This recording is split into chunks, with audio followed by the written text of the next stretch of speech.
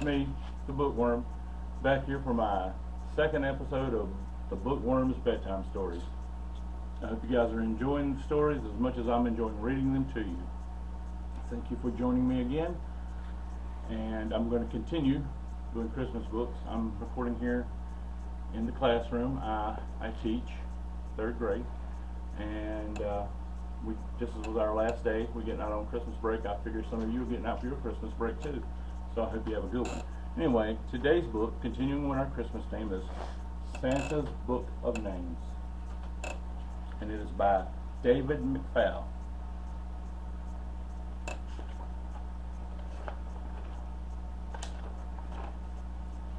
Edward was good at numbers. He could count all the way to 50. He could recite the alphabet and knew the names of most of the dinosaurs. But when he opened a book and tried to read it, he just couldn't. I know sometimes reading can be hard for some people, but that's okay, because we all have different talents, and we just have to keep trying. Edward's teacher was concerned. She sent a note to Edward's mother and father urging that he be tested to find out what the problem was. "No test," Edward's mother wrote back. "Patience." And there's Edward's numbers and a dinosaur, what Edward was good at.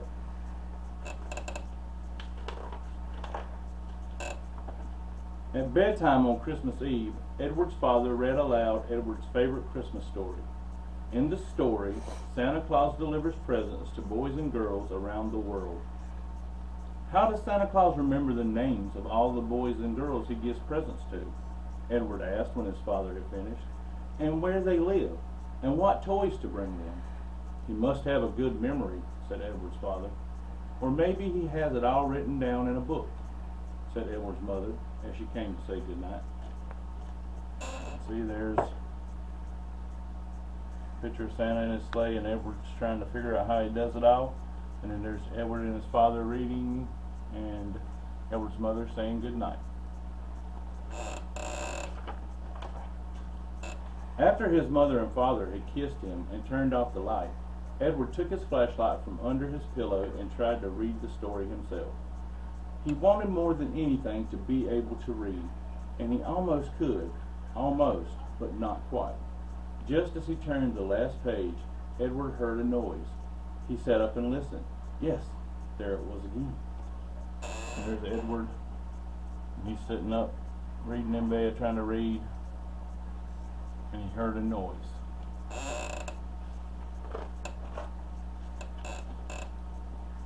Edward slid out of bed and tiptoed downstairs.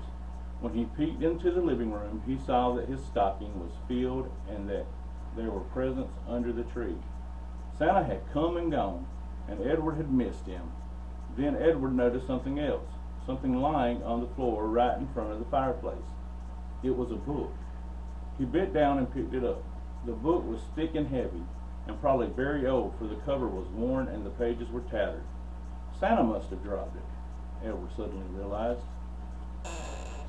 You see, there's Edward. There's Edward, and he sees found the book down there. And you can see Santa that had come and left his presents.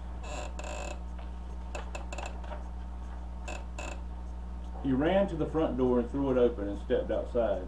Just as he did, a long shadow passed over him and glided across the fresh moonlit snow. "Santa, wait!"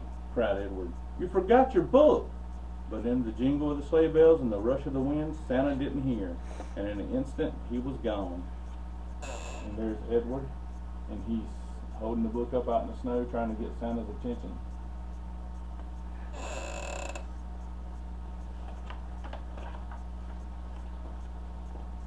How far could Santa get without his book? Edward wondered.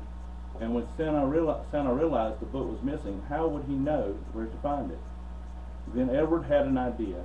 He hurried back into the house quickly, put on his boots, mittens, coat, and hat. He knew what letter the word book started with, so he tromped out a huge letter B in the snow. Would Santa see it? And even if he did, would he know what it meant? Then Edward heard the sound of sleigh bells growing closer. He looked up. High overhead, Santa's sleigh appeared. It circled once, then went into a steep dive, gliding to a stop right beside Edward. See, there's Edward, and he's making a B in the snow so Santa can know that stands for book, and that's where his book is. "Hello, Edward.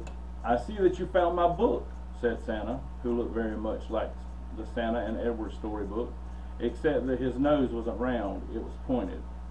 "That book contains the names and addresses of all the children in the world," Santa explained.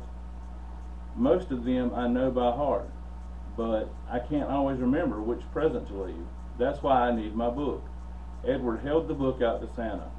"Thank you, Edward," said Santa, and he gently patted Edward's shoulder. "It would be a big help if you would come along and read to me when I forget something." Ride with Santa in his sleigh? Edward couldn't believe his ears. He stared down at the glistening snow. I can't help you, Santa," he stammered. "I can't read." And there's Edward giving Santa his book back.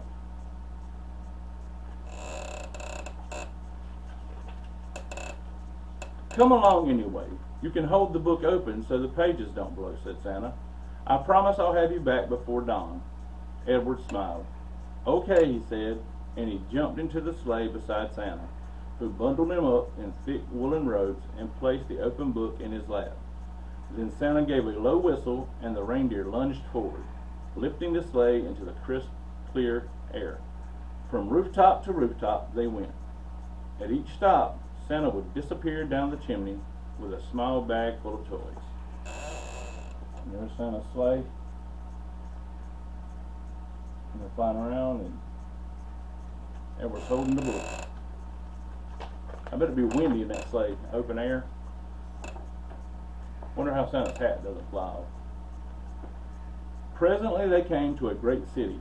Skyscrapers, dark and silent, loomed around and above them as Santa made his way from one apartment house to the next. "A million children must live in this city," thought Edward, "and Santa delivers toys to every one of them." How he did it, Edward couldn't say. Does time slow down, he wondered, or even stop on Christmas Eve while Santa goes about his work? And they're flying through that big city. I wonder if it's New York or Chicago. What city do you think it is?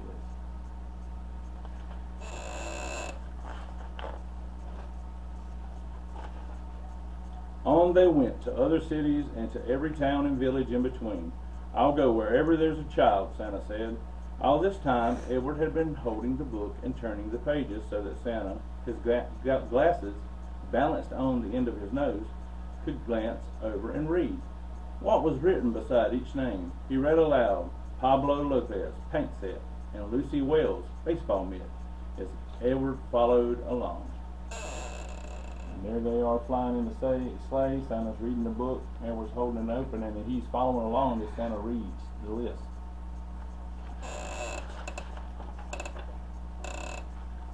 They were crossing a vast ocean, skimming above the waves, when a huge seabird flew in front of them.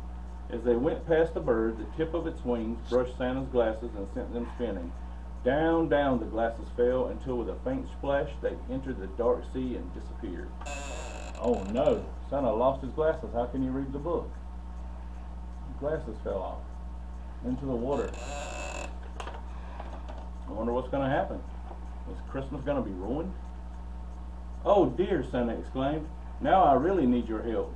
Edward, do you think you can read the words to me?" Edward knew Santa was counting on him. "I'll try," he said. "Good," said Santa. "I was up to the 7th name on that page, Ben Hill." Edward counted down the page number to page number 7. Beside the name was a word that looked familiar to him. Edward began. "That's right," Santa said. "Just sound it out." "Book," said Edward. "Book! A book it is, then," declared Santa as he landed the sleigh and stepped out. "What's next, Edward?" Santa asked upon his return. Edward looked up at Santa. Doll," he said proudly. After that, Edward continued to read the words to Santa, and while Santa was delivering one That present, lunch is pulling up if you would like to come on down to the cafeteria to get your lunch. I'm sorry about that. They're giving us ChickfilA for lunch today for a Christmas present to the staff. I love ChickfilA. You guys like ChickfilA? And while Santa was delivering one present, Edward was getting another one ready to go.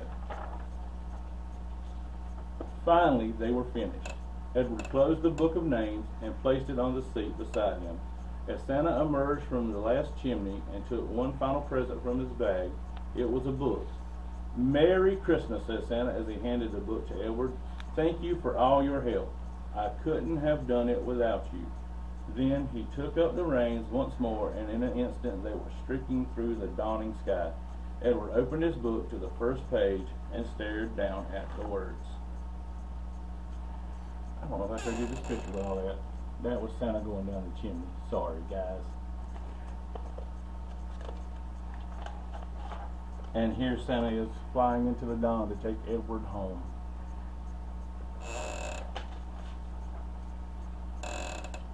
He must have fallen asleep on the way home, because the next thing he knew, his mother was gently shaking him and softly calling his name. "Merry Christmas, Edward," she whispered. "Time to wake up and see what Santa Claus brought you." Edward opened his eyes. He was lying on the sofa in front of the fireplace. "Look at what Santa left you," said Edward's father, and he bent down and picked up a book. "Would you like me to read it to you?" Edward smiled. "No thanks, Dad," he replied. "Let me read it to you." And there's Edward on the couch with his parents, and they're in the book that Santa left him. And he did. And there is Edward reading the book to his parents. I really like that story, because it just goes to show that even though we can't do something well, we can work hard and try, and we can learn. Sometimes we just need a little help from a teacher or a parent or a friend. So never give up on yourselves, no matter what. Just keep trying and do your best. And I will see you guys next week with a new book. And I'll see you next time.